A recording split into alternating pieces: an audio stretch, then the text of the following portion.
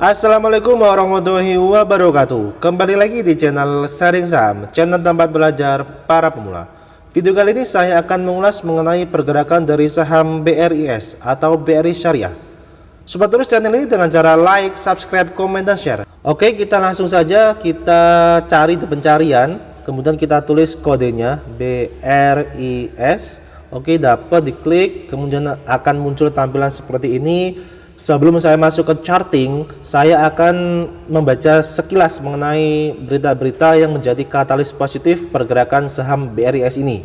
Langsung saja klik News Research. Nah, di sini ada beberapa berita ya. Saya coba klik yang pertama, Financial Statement Quarter 2 tahun 2020 atau laporan keuangan semester 1 pada bulan Juni yang dirilis di Agustus. Kita klik. Seperti teman-teman baca ya, di mana BRI Syariah ini membukukan laba bersih pada kuartal kedua sebesar 117,2 miliar, naik bila dibanding dengan periode yang sama di tahun 2019 sebesar 35,6 miliar. Dengan demikian, laba bersih per saham setara dengan 12,21 rupiah per lembar. Sekarang kita akan detailkan membaca laporan keuangan BRI Syariah. Di sini langsung kita ke total aset, di mana total asetnya menjadi 49.580 miliar. Kemudian kita total equity juga 5.211,7 miliar. Kita langsung ke revenue 1.940,1 miliar. Kita ke net profit atau laba bersih seperti di awal, yaitu 117,2 miliar.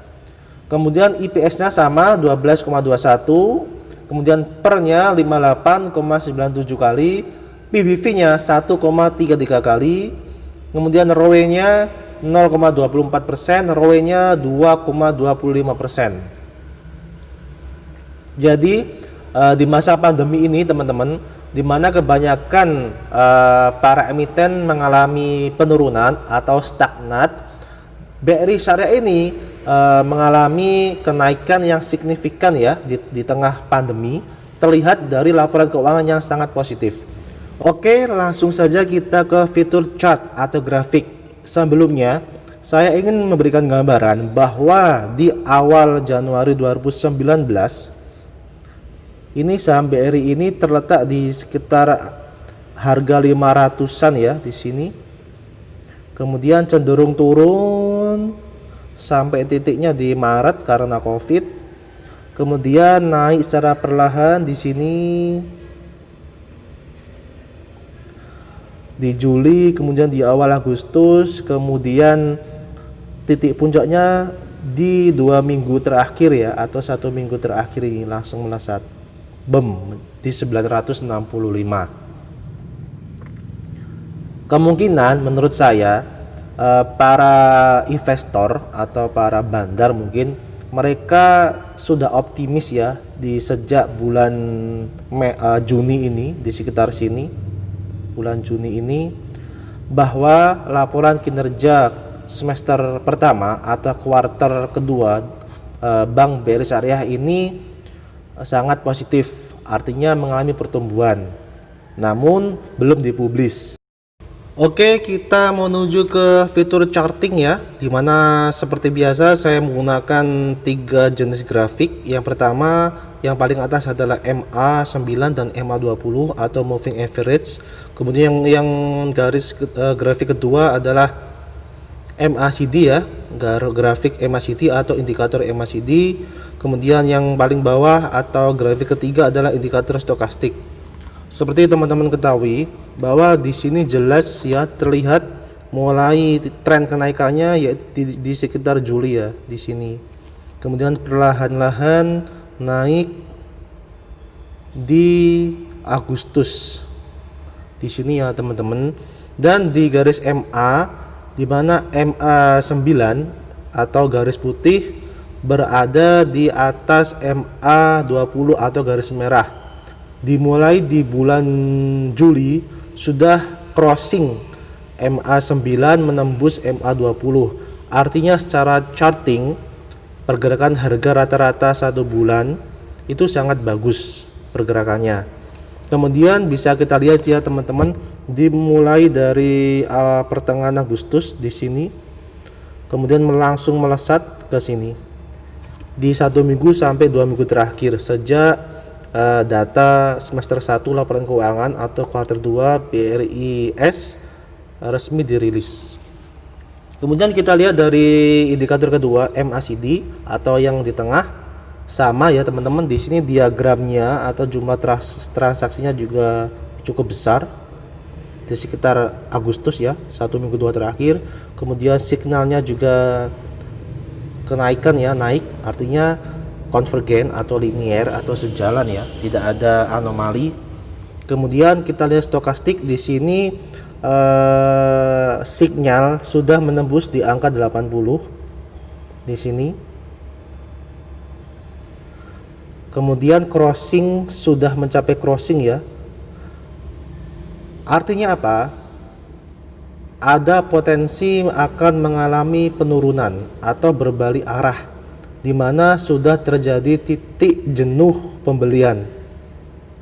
Jika teman-teman mau taking profit, silakan, saat ini yang paling tepat. Teman-teman yang mau buy, mau akumulasi, sebaiknya teman-teman tahan dulu atau jangan dulu, karena ada kemungkinan besar akan mengalami crossing ke bawah karena titik jenuh pembelian. Sekarang kita lanjut ke broker summary-nya untuk melihat aktivitas bandar. Oke. Kita setting dulu teman-teman di harga rentan waktunya ya. Kita di 2 minggu terakhir kita coba, yaitu di Agustus tanggal 18 kemudian berakhir di 28. Kita lihat aktivitas semuanya dulu ya teman-teman, antara bandar membeli dan menjual.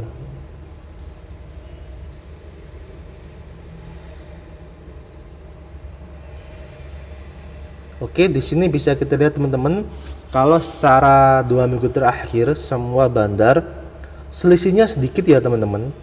Misalkan yang bandar YP ya, sekuritas YP membeli sebanyak 6,9 juta lot. Kemudian menjual juga 6,4, artinya selisih 0,2 juta ya. Lebih banyak pembelian. Kemudian kita bisa lihat juga CC-nya kedua di sini, sama ini melakukan pembelian 4,55, kemudian dijual lagi 4,47. Oke ya. Sekarang kita lebih spesifik, kita lihat ke aktivitas bandar asing foreign. Oke.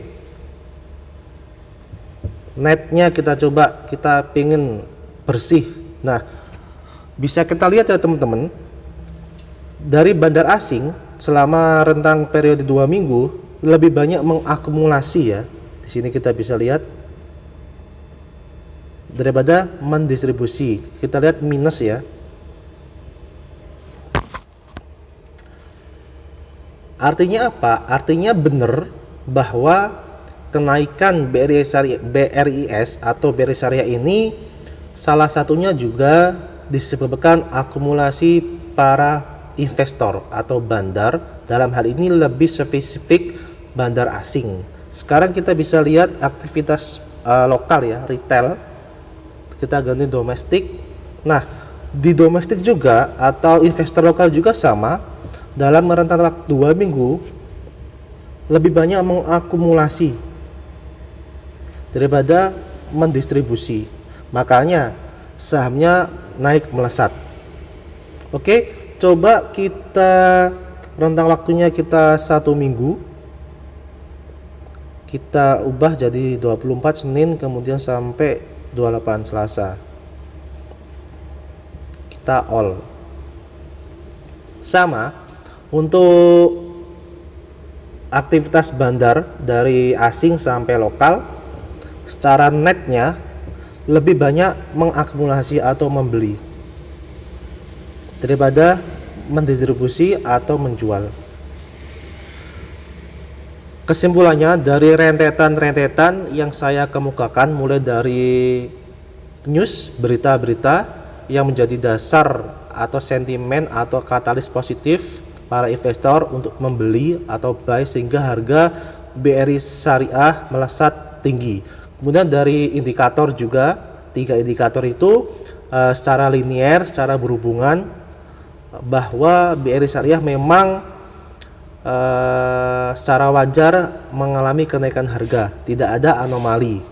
Ditambah lagi, didukung lagi, divalidasi lagi aktivitas bandar selama Agustus 1 sampai 2 minggu terakhir lebih banyak melakukan pembelian daripada penjualan.